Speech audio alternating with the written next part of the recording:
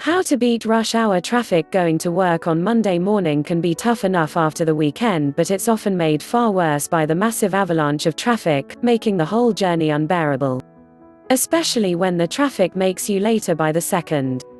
However, there are a few tactics you can use in order to ease this ordeal by helping you avoid some of the traffic. When best to leave. The first tip is to figure out when best to leave. It's known as rush hour for a reason. The largest traffic buildup often occurs between the hours of 8 a.m. to 9 a.m. and 5 p.m. to 6 p.m. A good idea can be attempting to leave at slightly different times every day and making a note on your phone how long the journey takes you. After a few weeks, you should begin to see a pattern of when exactly the traffic is the worst and when the roads are the emptiest. This works especially well you have flexible work hours, meaning you'll be able to start work early and finish earlier than usual. However, not all employers offer this.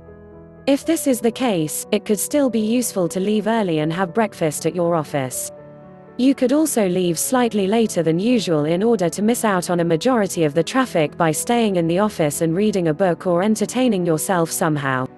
You could also visit a local cafe or somewhere you'll be able to relax after the day of work before setting off. Best routes to take. If there is one main motorway to and from your workplace, this is actually the one you want to be avoiding. It may be fastest normally, but during rush hour this drastically changes. Often, the most direct route is the worst choice to take when roads are busy. This is because you'll be constantly hitting heavy traffic, slowing you down. Therefore, the quieter back roads are usually the better choice. The distance traveled may be greater, but without the constant traffic, you'll find that your journey time will actually decrease. As will your petrol consumption, as you're likely to waste large amounts of fuel whilst in a standstill on the motorway. Again, timing each route can be very useful to figure out exactly which one is the best one to take. For example, there could be a motorway exit right next to your work. However, you may find it quicker to take the exit before and travel via smaller roads to your destination. Planning traffic may be stressful, but it's often made far worse when you're running late for work. Therefore, a large part of streamlining your commute is ensuring you're never late to leave. The best way to do this is planning everything out the night before. Plan out your outfit, place your keys in a specific place, and leave anything important you need to take with you by the door. You could also make your lunch and put it in the fridge. All of these things will mean you can walk out of your house early and without any stress. On the road, it's incredibly easy to get frustrated with other drivers on your daily commute. Yet it will not help you at all by weaving in and out of traffic, tailgating, speeding and overtaking.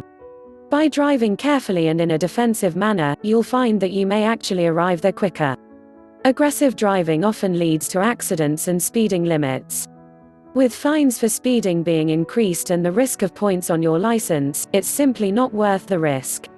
In conclusion, this tip should help you get from home to destination slightly quicker, with those precious minutes adding up. However, the most important thing to remember is to drive safely. If you leave late, you will end up being late, regardless of how quickly and dangerously you drive. Therefore, it's far better to simply call your boss and explain the situation and then relax and enjoy the drive.